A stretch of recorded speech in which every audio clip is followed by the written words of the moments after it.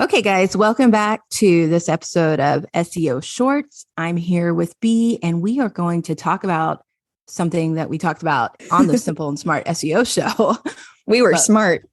Yeah, but we're going to give you the actual answers in how to fix some common SEO problems. Yes. Hi, by the way. Hello. I just also wanted to say I have a lisp right now because my tooth fell out. I have an old volleyball injury. And so when I talk, I may have a lisp today. And I just want to apologize for that. It's fine. The people are here for the information and they will get that with or without a lisp. Okay, so let's hop into it. Let's start with broken links. Shall we? Which is just like one of the saddest names. Yeah, broken links. So broken links, but there's two different ways that you can fix it. There's like long way and a short way. And that's a really good way to say it. From the perspective of, say, a Shopify account, there is a navigation menu where you can go and click on, broken links or like create a redirect. So if you have that option in your content management system, like whether it's Shopify or Squarespace or whatever, if you have the option to create a redirect from your navigation menu, that's the easiest way to do it because you can put the old link that's broken, that doesn't work, and have it redirect to a new link wherever you want people to go instead. Is that what you do, B? I'm actually trying to sign into my Squarespace account because I've never, and I need to, created a 301 redirect. And I haven't set up my 404.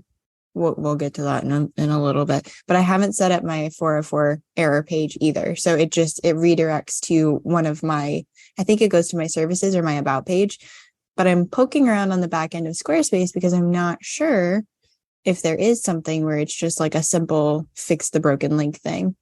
Okay, well, while you're poking around there, let me address the 404 page real quick because the 404 page is kind of similar in the respect of like a thank you page where that's an opportunity to, do some branding for your business or give an extra message or whatever.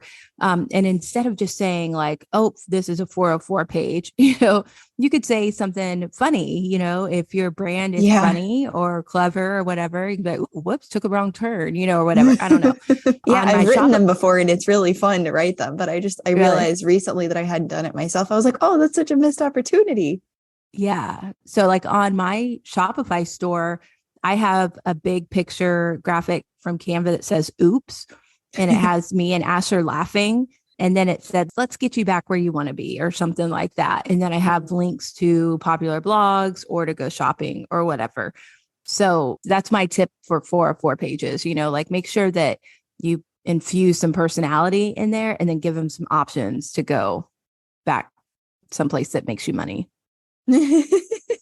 Take them somewhere that they want to be. I can't figure this out quickly with doing a 301 redirect. And typically, honestly, what I do with my clients, I even had this conversation yesterday with someone. She was talking about doing this and fixing a broken link. She actually does have a web developer. So I was like, talk to your web person and they will be able to set this up without any mistakes or anything. I've never done it myself. I usually outsource that, but I will come back. And if there's anything I can add in the show notes, I will, about a Squarespace site specifically with a broken link and maybe doing like a 301 redirect. Okay, cool. So the next thing that often comes up in audits as errors are duplicate meta descriptions. And duplicate meta descriptions and duplicate title tags usually travel together. What happens in Shopify a lot of times is people will duplicate the page. And so when they duplicate the page, what they don't realize is that they're also duplicating all of the meta descriptions, which is the meta tags, the title tag, the meta description. All of that goes with the duplicate. So at the end of the day, you end up with two pages with the exact same meta descriptions and the exact same title tags. Yeah, exactly. I've done that before where I've duplicated pages on my own site and immediately I'm like, and we're just going to fix this. So that's why I like having the SEO basics checklist that I have, the freebie that I give out. And it's actually a tool that I use with my own client work and with my work for my website. And I'm just going to pull that up because one thing I like to point out is the character number that you want to aim for. I don't have it memorized. I just have it in this checklist.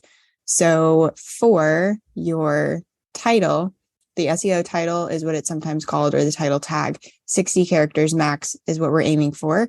For the meta description, or what's sometimes called the SEO description or the page description, you want that to be 155 characters max. Yep. So those are good numbers to shoot for. Sometimes I hear 160 is okay for the meta description, but if you hit 155 and you stay there, then you're between that range of 150 and 160, which is great. So yeah, I absolutely 100% agree. Yeah. And there was a client that I worked with recently who has a Show It website, I believe. And like, I used to do SEO titles of 65 characters max. Like, that used to be my guidepost. Her website wouldn't take more than 60. Like, you physically could not add more characters. So that's why I bumped it down to 60, just because I learned that that was the case with Show It. Mm-hmm. And Ahrefs, when they do audits, they will give you that parameter as well. Mm-hmm. So that's where I learned that. Okay. So multiple title tags, that's another error that comes up. And a lot of people are like, how could you have multiple title tags? Well, when you don't know that there's an H1 and an H2 and an H3, a lot of times we can format our headings as H1s. And so the only H1 that you want on your page is the actual title of the page, the title of the article or the product title, whatever. There's just one of those. Yeah, they're really territorial. And just to give you something to look for, if you're still unfamiliar with what an H1 is, it's the big bold text that you see typically at the top of a page when you go to a web page. So there can only be one. It's like 99.99% of the time going to be at the top of the page. And that is really one of those places that you want to stick the keywords so that Google can understand what that page is about and know who to present that page in front of. Yes. And then if you're looking for the multiple or the other title tags on the page, a lot of times they'll be bold or larger in size or whatever. So if you highlight those, you'll usually be able to see whether they've been labeled as an H1 or something like that. Exactly. I think we have, going back to meta description, not only do we have duplicate meta descriptions, we also have times where there are no meta descriptions. Mm-hmm. And we don't want that. A lot of times. Yeah, I remember when I started my Shopify store, I never knew there was a meta description option at the bottom of every single page. Yeah, same. It's, you don't know what you don't know. And when you do learn about it, then it's like, oh, okay, this is something that I need to make sure I have. Yeah. So if you have no meta description, you want to make sure that that is 150 to 160 characters, or the 155, that we was talking about. You want to make sure that the keyword that you're targeting for that page comes at the front of the meta description, just like you want that keyword to come at the front of the title tag. And yeah, I love to use Jasper for these. So I bust out meta descriptions super fast because I use Jasper. Yeah. And a couple things to point out with meta descriptions. One is that Google and other search engines don't always use the meta description that you provide, but it's always a better idea to give something in there than to leave it blank. The other thing is that something you can do when you're writing it, if you're writing it yourself or whether you're using Jasper, just keep this in mind as well, is that you want to write that meta description as if you're talking to the person who's reading these results. You want them to be really intrigued and feel like you are helping them specifically with a problem. So make sure that when you're writing it, you're like, you blah, blah, blah, blah, blah. Yeah, that's super key point of copywriting where you write to one person, right? One person. And where we try to do that in the podcast as well. Yeah. Okay. So the next one is low word count. So I'm interested in your take on this one, B, because Ubersuggest will give you a low word count error if your word count on a page is below 200. But I've also heard that people should shoot for 300 words on a page. I do a minimum word count typically on, especially my client work. Don't go to my website and judge that because my poor website gets ignored. But that's typically what I aim for, is like 300 to 500 words minimum on a page. And I will say the pages that get this error that I've seen the most are contact pages, or something like your links pages where you do like the link in bio for Instagram or Facebook, things like that. So an easy way to beef it up is just to maybe expand on things or give some context around things or write a little note to people that are coming to these pages, and that'll beef it up pretty quickly. Yeah. And then on Shopify for e-commerce, a lot of times it's collection pages where there's a bunch of different images together. or even product pages. So the most important things that are going to impact the sale at the top of your product pages and above the fold. But under that, you can add a little bit more text to be a little bit more descriptive of your product and your brand. Precisely. Are we on our final one? I think we have two more. We've got the SEO non-friendly errors in your title. So what that means is you have some sort of weird formatting where it's not word dash word dash word. So if it's anything other than letters dash letters dash letters, it could be considered SEO non-friendly. So if you had like an apostrophe in your title, or anything like that, or an ampersand or any sort of symbol, you don't want to do that. You want to get rid of all the symbols. You want to make it very simple, very clear for Google to be able to understand what that page is about. Yeah. And places that could show up would be images, possibly even like your URL slug. Where else? Is there anything else you can think of?